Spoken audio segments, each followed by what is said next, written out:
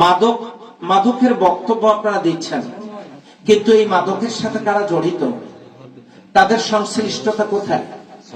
আমরা যদি এগুলো শিকড় সহ উপড়ে ফেলতে না পারি, মাদককে নির্মূল করা যাবে না। আমি একটা কথা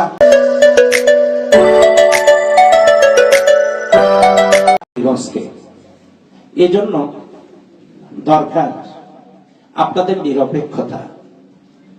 সমাজে কয়েকটা স্তরকে সম্পূর্ণ নিরপেক্ষ থাকতে হয়, তার মধ্যে একটি প্রশাসন। আমরা আশা করব ইন্টেলিজেন্স ব্রাঞ্চের কর্মকর্তাও এখানে রয়েছেন, ওনার মাধ্যমে আমরা আশা করব প্রশাসন সম্পূর্ণ নিরপেক্ষ ভূমিকা পালন করবেন। ডাক্তারদেরকে এক পেশি বা কোনো পক্ষের হতে হয় না। আল্লাহর পরে মানুষ জীবন বাঁচানোর জন্য যার কাছে ছুটে যায় তিনি ডাক্তার, তাকে নিরপেক্ষ থাকা দরকার।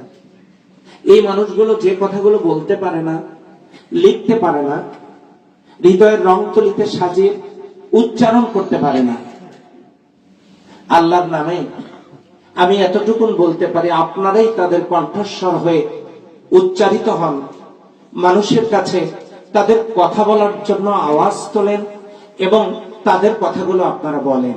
এই কারণে সমাজের দর্পণ আমরা আপনাদেরকে বলি, আমরা আপনাদের মাঝে মোটেও কোনো ভেদাভেদ চাই না।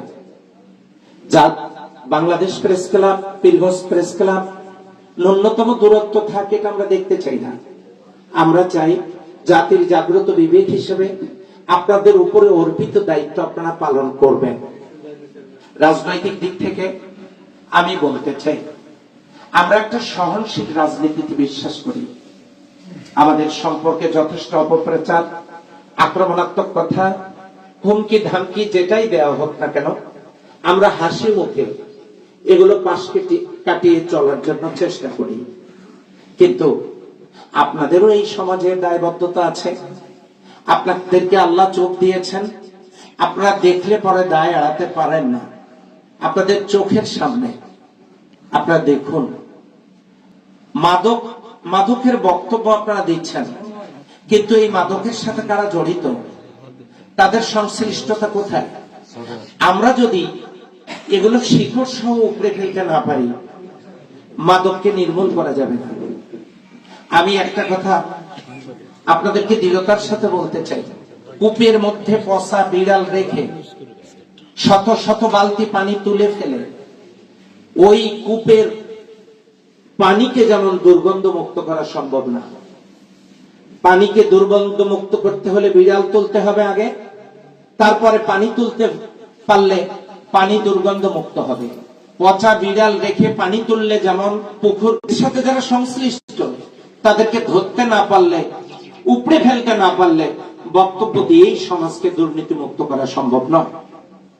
আমি আপনাদের সহযোগিতা চাই, এটা এই জন্যই চাই, এখন সহযোগিতাটা বড় প্রয়োজন। কেন?